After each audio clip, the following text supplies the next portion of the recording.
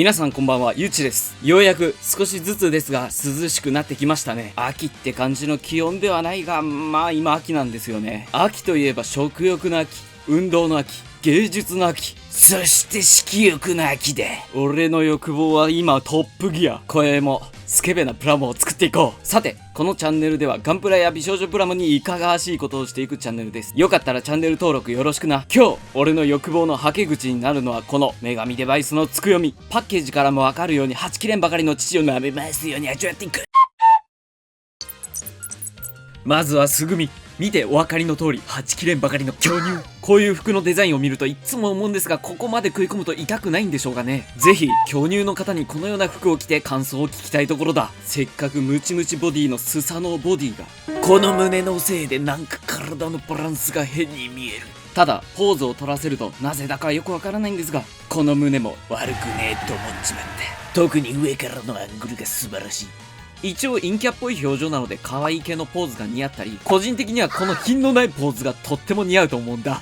なんか巨乳が変なポーズをしていると、どう言ったらいいのか分かりませんが、とってもエロい。ポーズを見てお分かりの通り、父がすごく邪魔ってわけではなく、しっかり大きく動かせます。素体モードについてはこれぐらいにして、続いては武装だ。武装を見るとレガリアってどういうシリーズだったんだろうって考えてしまうほどの武装の量。個人的にレガリアシリーズってスサノオを軽武装化したシリーズっていう認識だったんですがね、武装の量がなんかもうソシャゲのインフレ状態なんだ。じゃあユーチデカ盛り嫌いかって、いや大好き。はい、というわけで武装を取り付けました。パーツの交換はそうでもないんだが、もうとにかく作るのが大変だった。武装を取り付けて大きい鎌を装備させると、この大きい鎌がとても見応えがあっていい。ただ毎回のことですが、台座は貧弱なので、しっかり飾る場合は大きめの台座を買おうぜ。ちょっとだけ可動域を見ていこう。武装状態になった前掛けと後ろの布は上下を駆動させて、また下を覗いたりケツを覗ける。いやー、このチラ見えがたまりませんね。火の玉は輪っかに沿って回転できるので、お好みの角度に調整可能です。両肩のマントは両サイドの根元がロールになっており、さらに中間が二重関節になっているので、大きく稼働させることができます。ここからは他のレガリアと違うドクロの装備。パーツの根元がロールになっているので、お好みの角度で調整可能。同じくマントについているこのよくわからない装飾、これも根元で回転できます。あとは大きい鎌、こちらは根元のところに 3mm のジョイントがいっぱいあるので、好きな場所にグリップを移動させたり、小さい刃と大きい刃は角度を変えたりすることができます。最後にこの鎌を分解し、再度組み立て直すとこの通り、なんとちびメカが作れます。きっとおまけキットみたいな感じなんですが、すごく中二心を誘ってプロポーションもとてもいい。しかもよ、この神に選ばれし低身長、その身長だとつくよみのマントの下が覗けるんじゃないか。俺も美少女のパンツを眺める人生でいたかった。最後に武装パーツ、先ほど紹介した肩の飾りは2つくっつけることにより大きい手裏剣になったりします。鎌は分解すると各々武装になったりするので、これをサポートメカに持たせるとかっこいいんよ。素晴らしいサポートメカだ。その他のパーツの手は全部で9種類、フェイスパーツは3種類。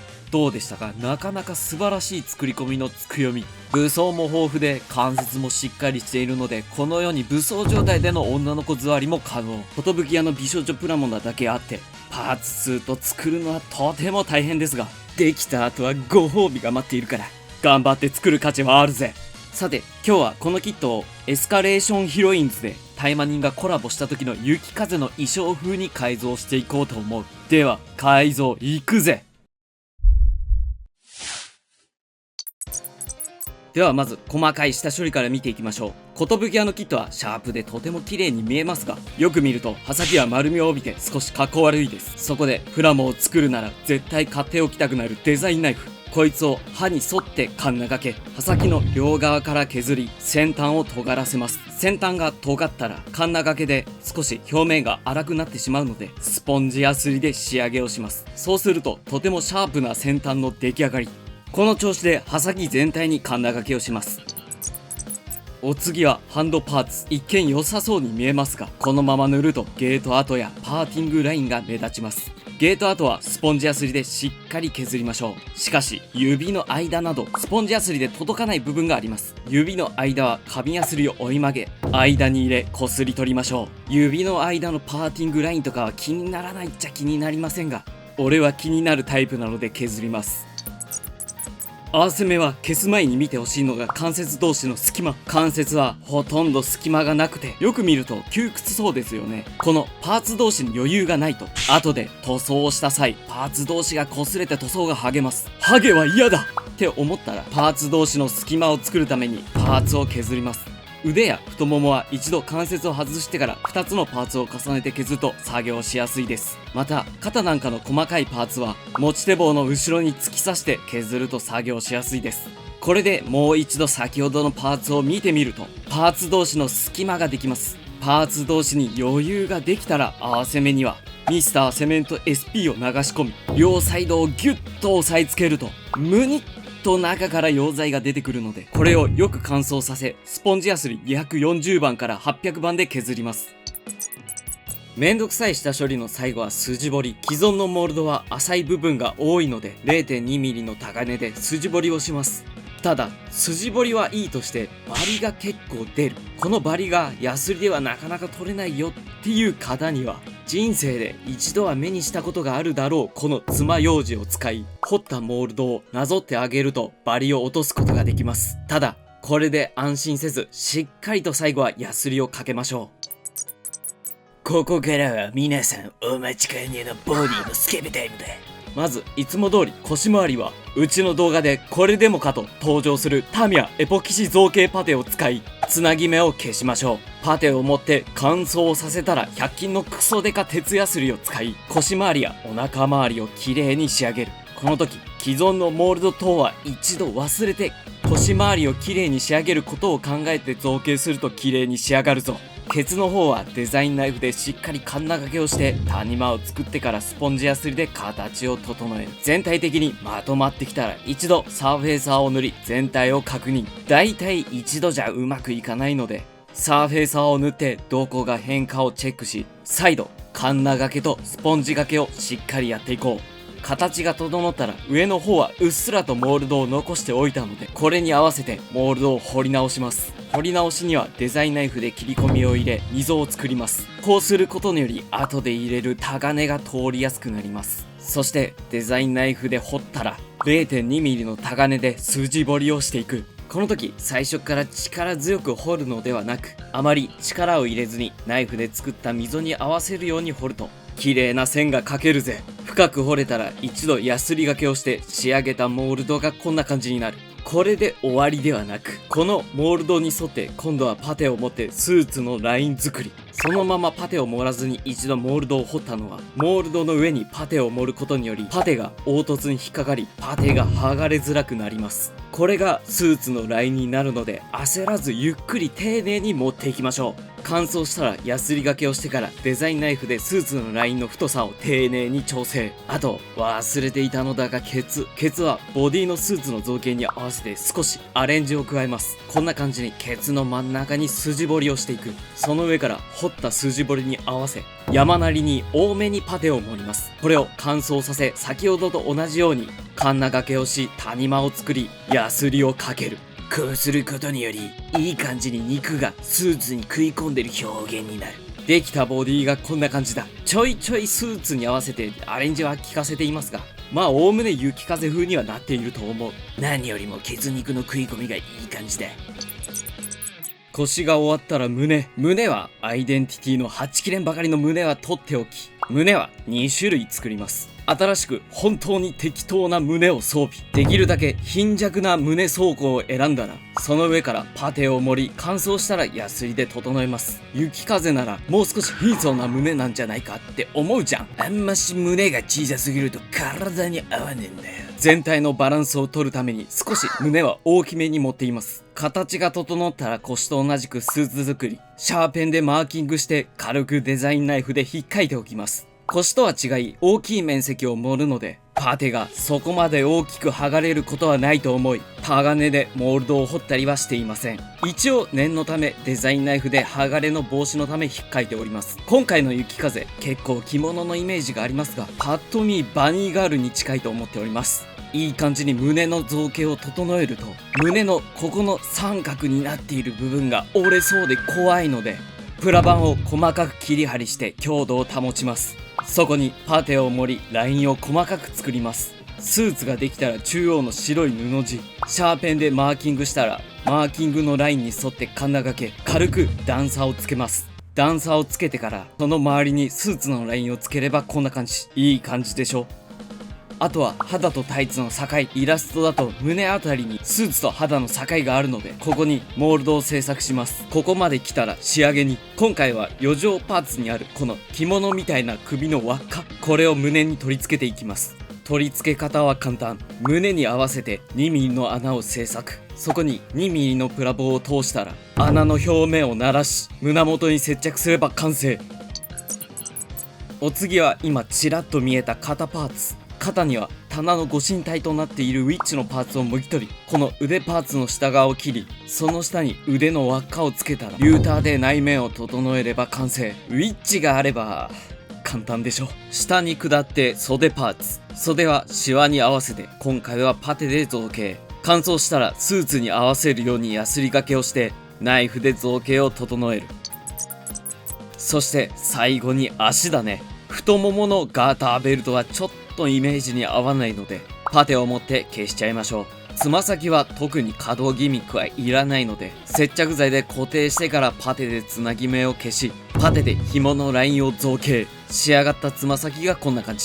さあ、どんどん行きましょう。白のニーハイは上の太ももパーツにかぶさるように造形がしたいので、 0.3mm のプラ板をちょうどいい大きさに丸三角形に切ります。このプラ板を丸みをつけながら接着し、つなぎ目にパテを盛り、自然な形に仕上げます。そして独特なニーハイを作るために小さい三角形のプラ板を切り取り、太ももに接着して同じようにパテで造形を整えます。造形が整ったら最後に他の腰や胸と同じようにスーツのラインを盛れば完成。さあ、これでざっくりパテでの造形は終了。ちょっと細かくなるが、腰の前掛けと後ろの布、ここの端にはモールドを彫り、白い線の塗装ができるようにしておきます。よし、あとはリボンをどうにかすればいいってわけだよな、カイバー。何？貴様、それは。いや、これは CM で気になってやってしまっただけだ。そんで本音は正直エッチなシーンが気になっていた。愚か者、タイマニーを作ってるのに別芸をやるバカがいるか。しかしあれだけ CM を打たれて気にならない方もどうかしている。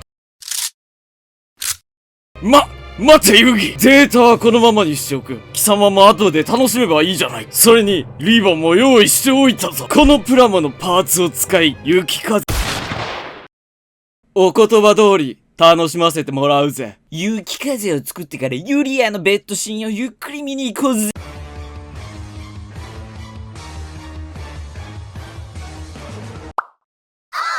リボンは寿屋のリボンセットがあるので、これを装着。大体の造形が整ったのがこんな感じだ。塗ってないから何とも言えないと思うが、いい感じになっていると個人的には思う。さあ、あとはジョイ君で一度パーツを洗い流し、持ち手棒に持たせ、よく乾燥させたら塗装。いくぜ。どうも、こんばんは。こちらではプラモデルの紹介や質問に答えていくぜ。今日はプラモデルをコメントでいただいたので紹介していくぜ。まずはこちら、タイマニンのセスティエ。こちらはオカリャンチャンネルさんの作品。我がチャンネルのタイマニンを参考に作ったそうです。褐色肌がとてもいいですね。動画も出しているので気になった方は動画をチェックだ。続いても美少女プラモ。名前はガラハド、誠、平田さんの作品。ブルントソーとトップコートで仕上げたそうです。中華ビプラらしいですが、すごいクオリティです。最近の中華ビプラは侮れないそうなので今度は我がチャンネルでも取り扱いたいですね。それにしても太もも周りがエッチだ。よかったら質問。お気に入りのプラモなどで眠れない男に X でコメントしてくれよな。では本編の続きをどうぞ。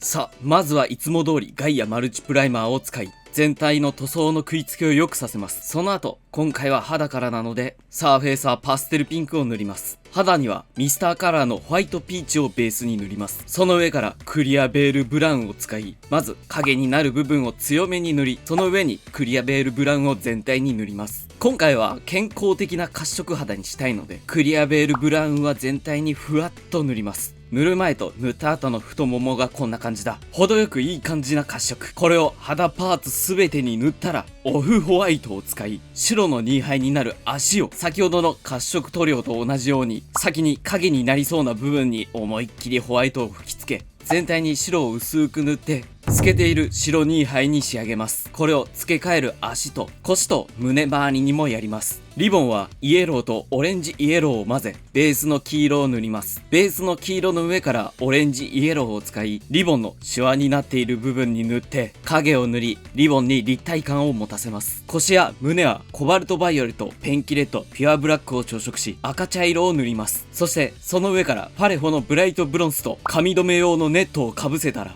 金色を塗って網タイツ塗装をします。剥がすとどっかのおばちゃんが着てそうな虎柄になりますが、この上からベースで塗った赤茶色をグラデーション塗装。出来上がると綺麗な網タイツ塗装の完成ってわけだ。細かいパーツの隙間などにはエメラルドグリーンをベースにしてセリアンブルー、蛍光ブルーグリーン、蛍光グリーン、純色シアンの順番でグラデーション塗装しておきます。ただ刀だけはこの仕上げでいくとちょっと微妙だったので、刀はペンキレッドを下地にし、その上からコバルトバイオレット、ペンキレッドを混ぜ、根元の方を紫色に塗装し、一度純色マゼンタを塗って色の統一感を出したら、根元にコバルトバイオレットを塗って青色を少し足し、その根元を純色シアンを塗って発色を良くさせ、その上に全体に純色バイオレットで再び色の統一感を出し、仕上げにプリズムパステルチェリーピンクブルーを塗り、メタリックに仕上げます。続いてはフレームパーツ。フレームパーツにはミスターフィニッシングサーフェイサーブラックを使い、真っ黒に染め上げ、フレームメタリック1をベースにして、フレームメタリック2で塗り分けをします。服や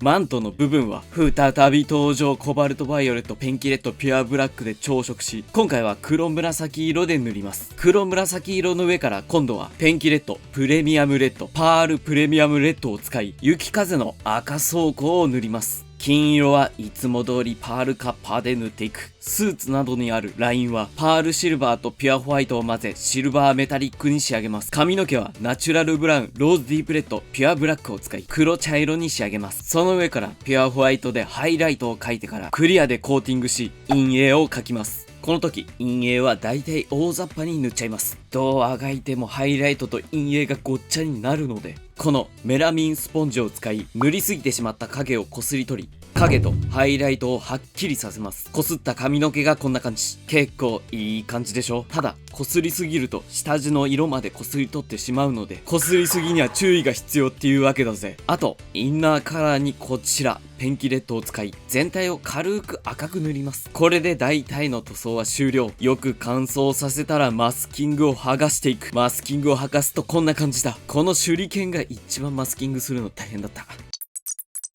ここからは細かい部分塗装。まずはタミヤ墨入れブラウンで肌の境目を墨入れします。はみ出してしまった部分はエナメル薄め液で拭き取りましょう。肌に面していない部分はミスター墨入れブラックで墨入れをしていく。エアブラシで塗りづらかった金色部分はファレホのブライトブロンズで筆塗り。ただよく筆塗りだとうまく塗れないよっていうことありませんか？そんな方にはこちら爪楊枝がおすすめ。はみ出してしまった部分を生乾きさせたら、爪楊枝でモールドに合わせて軽くこすってあげれば、はみ出してしまった部分がいい感じに取れます。お次は口はホワイトとレッドを混ぜ、赤ピンクっぽい感じに仕上げ、はみ出してしまった部分はエナメル薄め液で拭き取ります。そしてデカールにはリリスさんの陰門デカールを久しぶりに用意。本とかに貼ります。その他は市販で売っているデカールをちょいちょい貼っていきます。フェイスデカールはちょっとこの困り顔が気になるので、目と眉毛を分離させ、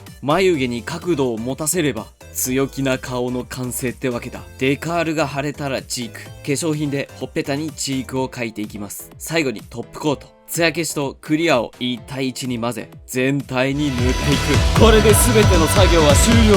これがエスカレーション風に作った雪風。